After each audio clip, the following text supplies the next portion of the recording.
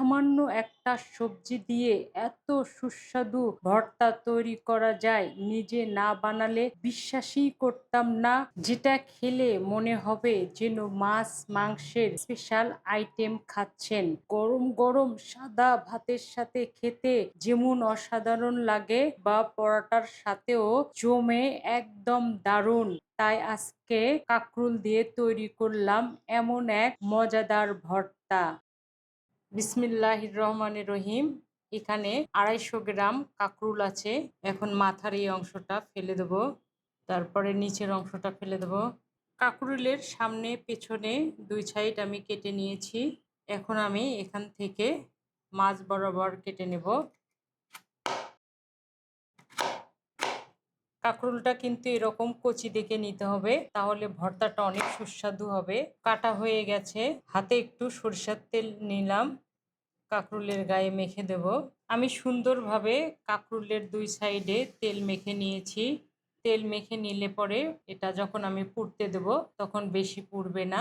কাঁকরুলগুলো পোড়ার জন্য এখানে আমি তাওয়া বসিয়ে দিয়েছি, একদম লো হিটে হিট করে নিয়েছি। এখন সামান্য একটু তেল দেব, তেলটা ছড়িয়ে দেব। এখন তাওয়ার উপরে আমি কাঁকরুলগুলো বসে দেব। এভাবে করে নিলে পরে একটা স্মোকি ফ্লেভার হবে। বড় বড় রেস্টুরেন্টে কিন্তু এভাবে ভর্তা করে। তো উল্টিয়ে পাল্টিয়ে আমি এটা একটু হালকা পোড়া পোড়া করে সিদ্ধ করে নেব। এখন ঢেকে দেব। চলে এলাম প্রায় 20 মিনিট পরে। কাঁকরুল কিন্তু উল্টিয়ে পাল্টিয়ে আমি সিদ্ধ করে নিয়েছি।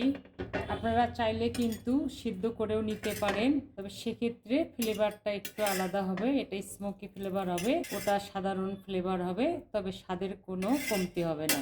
এখন এই কাঁকরুলগুলো আমি হাত দিয়ে ভেঙে নেব। দেখে বুঝতে পারছেন কতটা সিদ্ধ হয়ে গেছে। আমি সুন্দরভাবে চটকিয়ে নিয়েছি।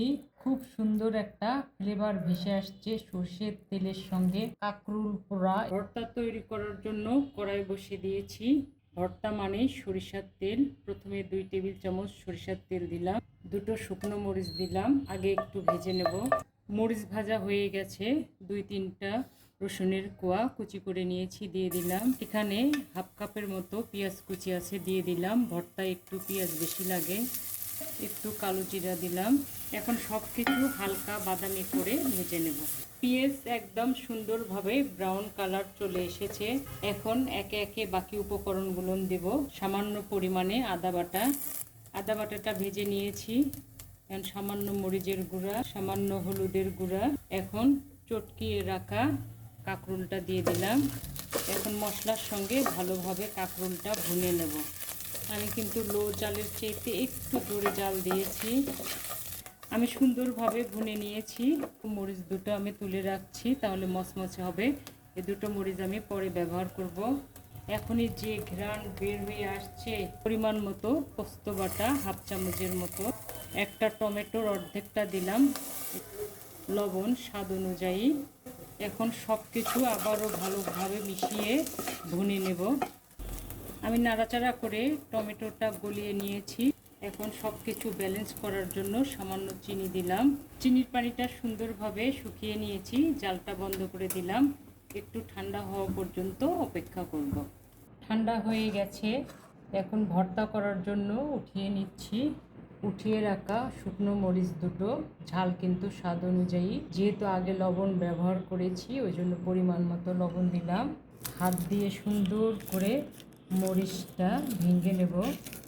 ফ্রেশ ফ্লেভারের জন্য কাঁচামরিচ কুচি দিলাম। এখন একটু কাঁচা সরিষার তেল দিচ্ছি, তাহলে ভর্তাটা আরও সুস্বাদু হবে। সব কিছু ভালোভাবে মেখে নেব। একটু ধনেপাতা দিলাম, ধনেপাতা দিয়ে ভালোভাবে মেখে নেব। এখন সব কিছু একসঙ্গে ভালোভাবে মেখে নেব। দেখুন দেখতে কত সুন্দর হয়েছে, ঘ্রাণে তো মৌ মৌ করছে।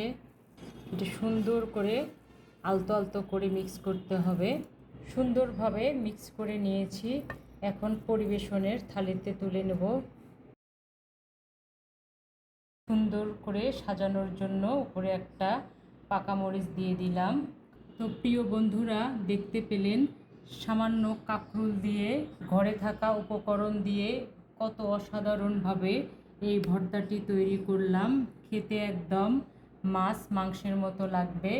ছোট বড় সবাই তৃপ্তি করে খাবে ইনশাল্লাহ। তো আজ এ পর্যন্তই। ভালো খান, সুস্থ থাকুন, আমার ফ্যামিলির জন্য দোয়া করবেন।